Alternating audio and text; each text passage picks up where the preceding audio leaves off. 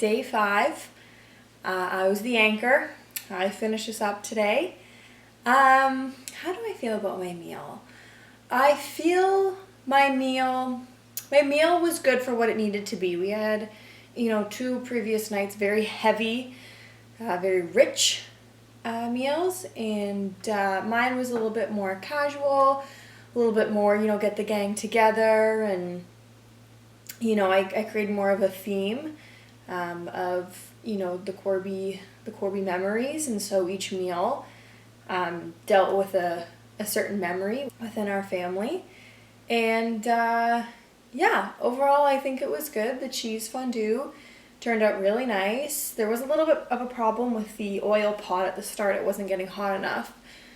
So we had to call an audible and we had to change the pot out mid-meal. But overall I don't think it was too much of a hiccup. I think overall it was a good meal.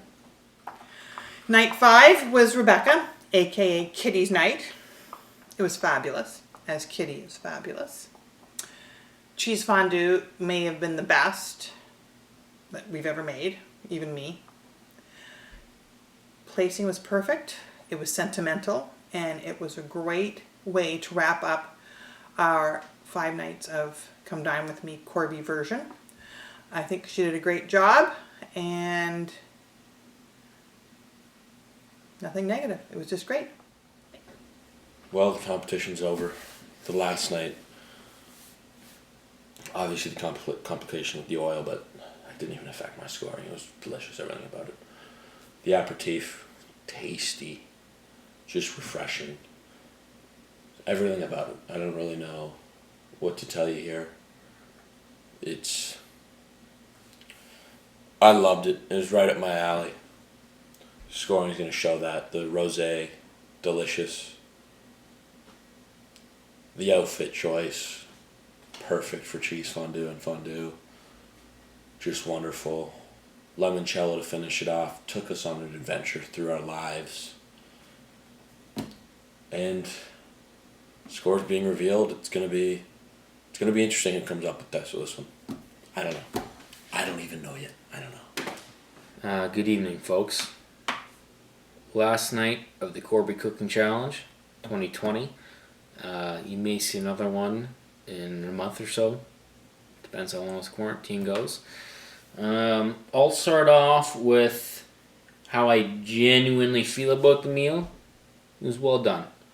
It was one of the things where there wasn't, you're sitting down at Tom Jones or whatever the hell it might be. It was a home meal.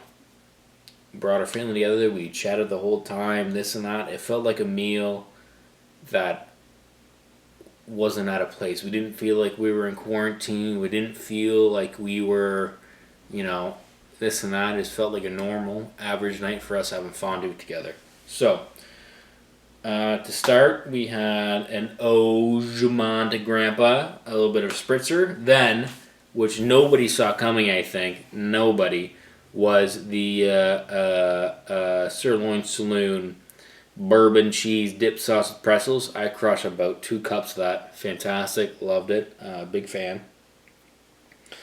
Good for Becca. Then she was also wearing this dress. It looked like it was from Vipitano. Like she was like a Northern Italian woman, which I don't know how I feel about that yet, but I don't know. She still got the Vipitano vibes. I know a bunch of my colleagues might think the same thing. She's trying to express her Vipitano about her. Whatever it might be. Next was the cheese fondue. The cheese fondue was literally phenomenal. Heather, I hope you can watch this. It was better than your cheese fondue sauce. Don't know what it was. I don't know what she added, what she didn't do, what you do wrong. Couldn't tell you. Fantastic. The oil sauce with the meats. We had chicken, beef, shrimp, scallops. Fantastic. The one thing that sold me were the sauces she had. She put 6 sauces around on Lazy Susan. and they had spoons in every place we've been around the world that suited each country, and I f***ing loved it. Love that. That's a subtle touch. You entree. I tried the lemon garlic aioli sauce, the peppercorn, the barbecue ranch, everything. The tartar sauce. You want to try it all. You expand your taste buds, which is what this dinner should be.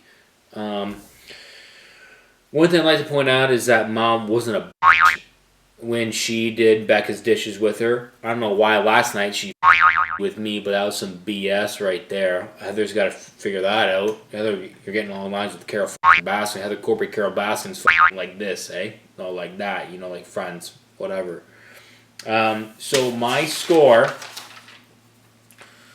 on Becca's, because she said watch out for bland taste, which is funny because she didn't season it, but she let you taste it yourself, so she knew what her weakness was, but she let you do what you want with the sauces and everything. I'll give it to her.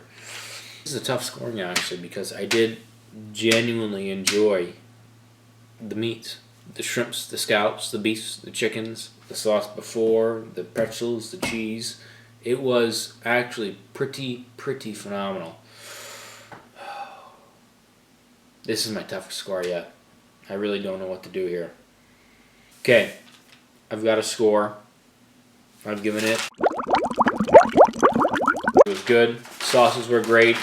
The before Johnny sirloin saloon sauce was phenomenal. The alcohol, the limoncello aperitif, loved it. She did a little piece of where we've been traveling from around the world: Bermuda, Vermont, the fondue from Germany, phenomenal, loved it.